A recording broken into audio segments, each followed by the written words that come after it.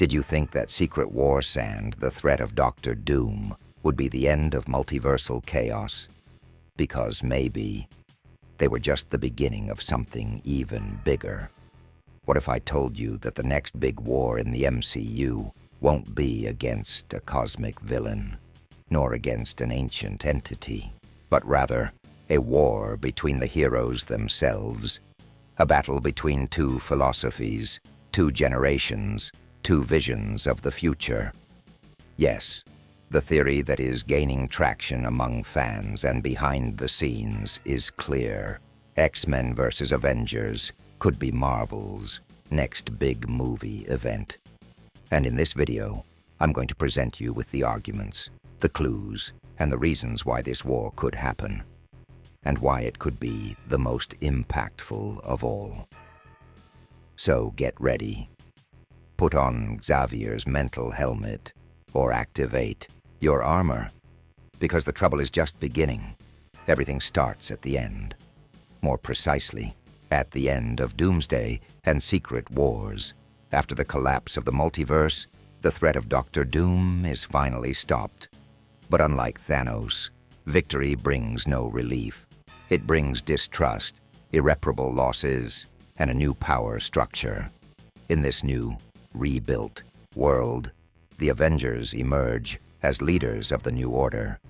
They hold the technologies that survived from the Stark era, political allies, and most importantly, influence over the direction of the planet.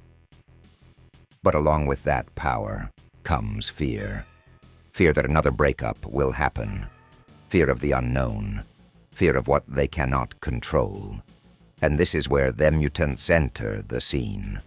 Professor Xavier and Magneto survived the war, as did several mutants from alternate realities. They fought side by side with the Avengers, helped defeat Doom.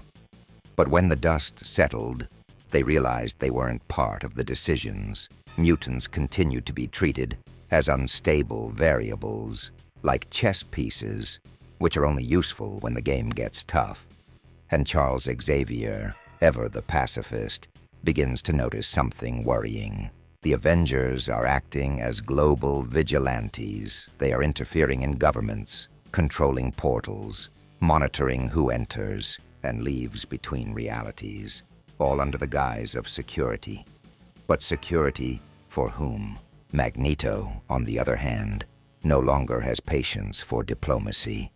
For him, the mutants were betrayed, used as disposable weapons, and now, after being rebuilt, the world still hasn't learned to respect them.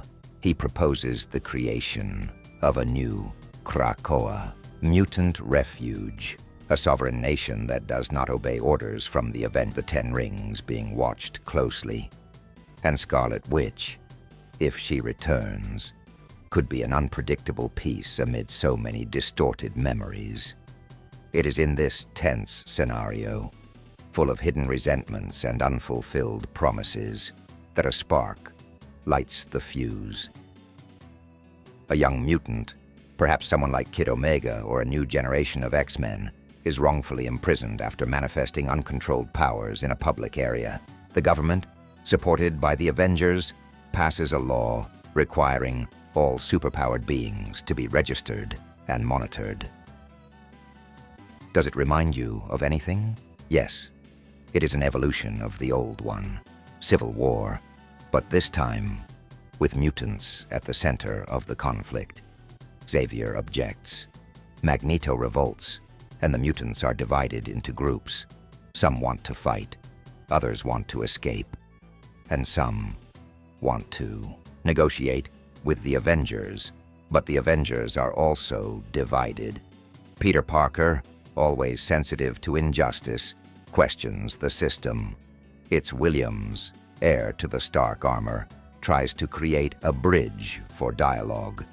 But Captain America, Captain Marvel, and Doctor Strange begin to prioritize stability, even if it costs some their freedom.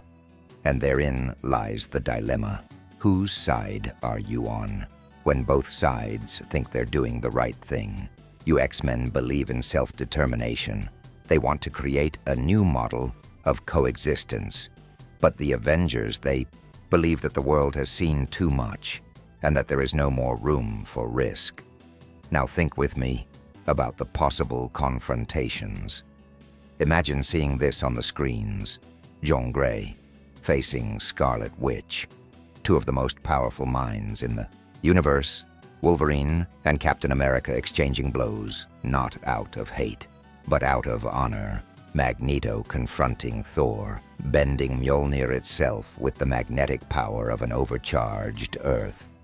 Storm summoning thunder to contain Stark technology. Nightcrawler infiltrating the Avengers facility while Vision tries to convince him to stop. And if that wasn't enough, imagine a moment where Charles Xavier telepathically invades the Earth's collective mind, trying to convey a single message. We are not your enemies, and yet the war continues.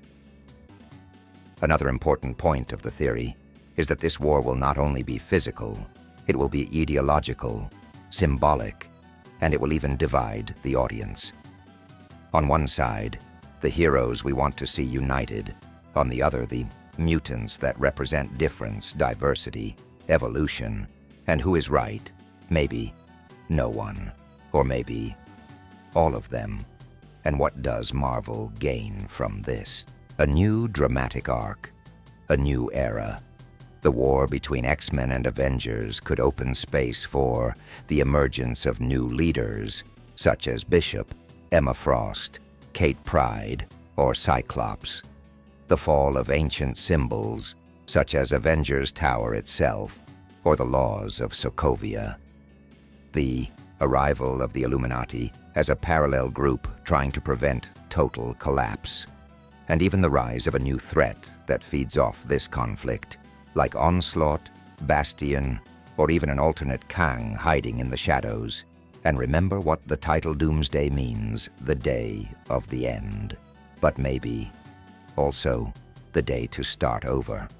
And there's nothing better to reboot the MCU than an event that brings its biggest icons face to face. Not out of greed, not out of villainy, but by convictions.